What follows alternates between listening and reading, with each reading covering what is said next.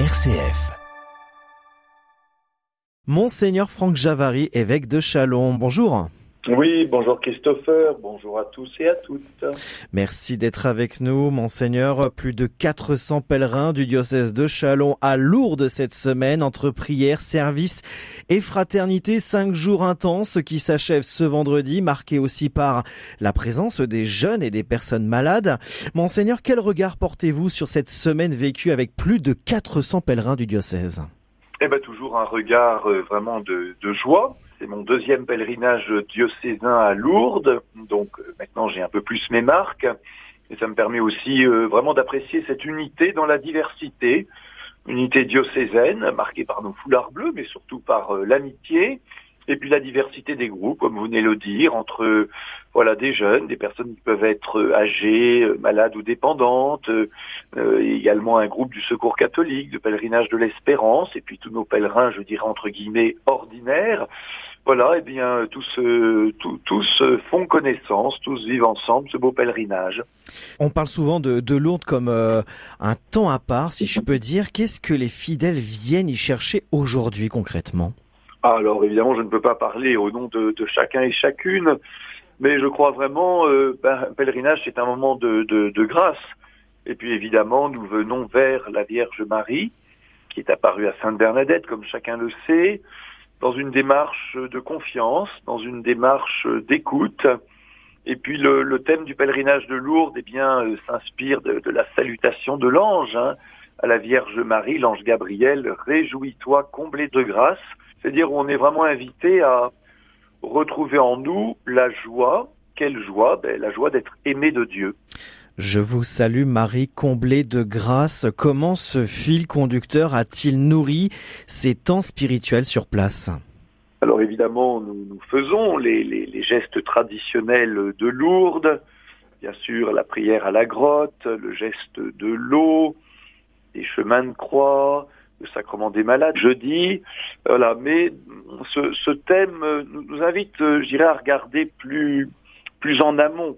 La Vierge Marie a accepté de se laisser guider par l'ange. Voici la servante du Seigneur, qu'il me soit fait selon ta parole.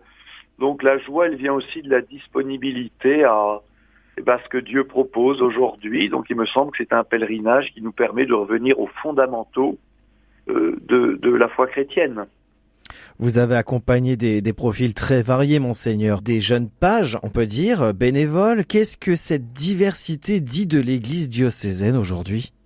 Alors peut-être que tout le monde ne sait pas ce que sont nos pages. Ce sont donc des jeunes, jeunes hommes, jeunes femmes, lycéens, lycéennes pour la plupart, qui s'initient au service hospitalier, avec l'hospitalité de Lourdes, guidée évidemment par les adultes qui en sont membres.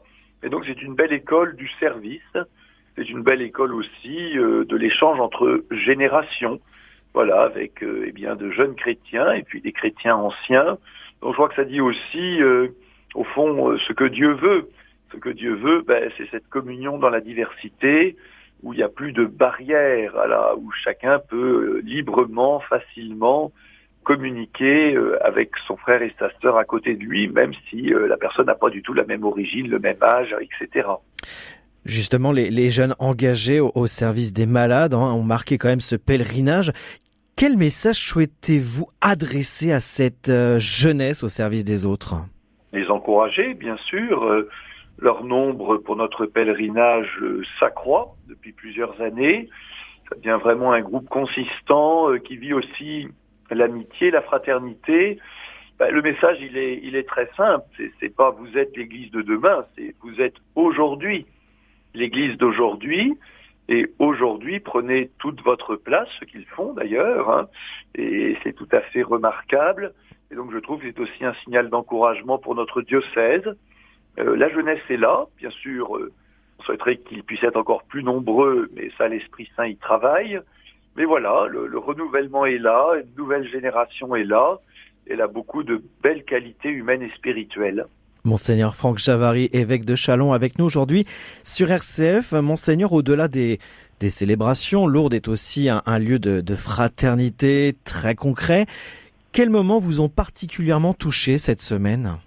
bien, par exemple, nous étions donc à la cité Saint-Pierre, qui est donc la cité du Secours catholique, qui permet d'accueillir des pèlerins de toute origine sociale, mais en particulier d'origine sociale modeste, qui n'auraient sans doute pas la possibilité sinon de participer à ce pèlerinage.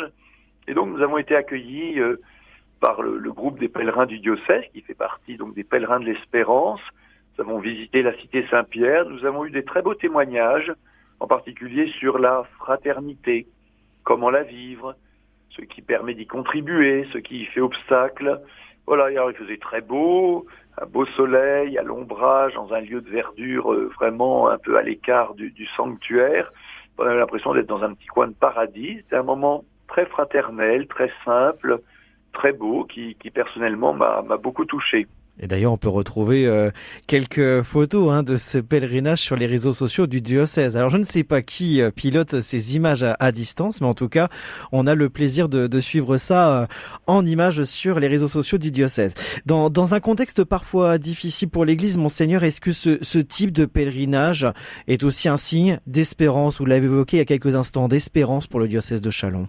Oui, bien sûr. Ce qui est frappant, c'est que, alors bien sûr, revenons quelques années en arrière, le Covid, évidemment, a vidé les rues de Lourdes comme les rues des autres villes de France et du monde. Mais une fois le Covid passé, puis un petit peu de temps pour se remettre en route, le sanctuaire de Lourdes a retrouvé son affluence de pèlerins, puis parfois aussi de gens qui viennent voir un peu en curieux. Il en est de même pour notre pèlerinage. Donc au-delà de ça, on sent vraiment que ce désir de Dieu, ce désir de se mettre à l'école de la Vierge Marie est bien présent et qu'il touche une nouvelle génération. Voilà, ici, les jeunes en particulier aiment prier Marie, aiment aller à la grotte, se laissent toucher par tous les gestes qui sont donnés. Donc, pour moi, ça veut dire que le message de Lourdes est toujours d'actualité. Et le message de Lourdes, il est aussi que la foi est proposée à tous. Sainte Bernadette était une simple paysanne, une adolescente pauvre aux yeux du monde, elle ne comptait pas beaucoup, et c'est elle que Marie a choisie pour lui donner un message qui retentit aujourd'hui dans le monde entier. Donc c'est quand même une magnifique illustration au fond de ce que Dieu continue de faire aujourd'hui dans notre monde. Et qu'espérez-vous que les pèlerins ramènent avec eux, à la fois dans leur vie quotidienne, mais aussi dans leur paroisse? D'abord, cette joie. Voilà, réjouis-toi Marie, dit l'ange Gabriel à la Vierge Marie et au fond à chacune d'entre nous.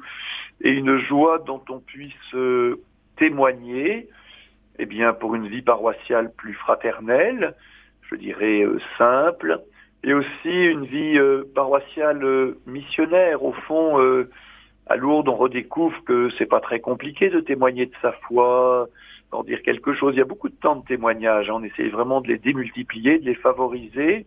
Eh bien, si le peuple chrétien peut aussi, je dirais, approfondir cette manière simple de dire qu'on est heureux d'être croyant, que Dieu nous aime, que Jésus est notre guide, que la Vierge Marie intercède pour nous. Voilà, aujourd'hui, beaucoup de gens sont très à distance de la religion et en même temps ont une recherche dans leur cœur, sont chercheurs de Dieu.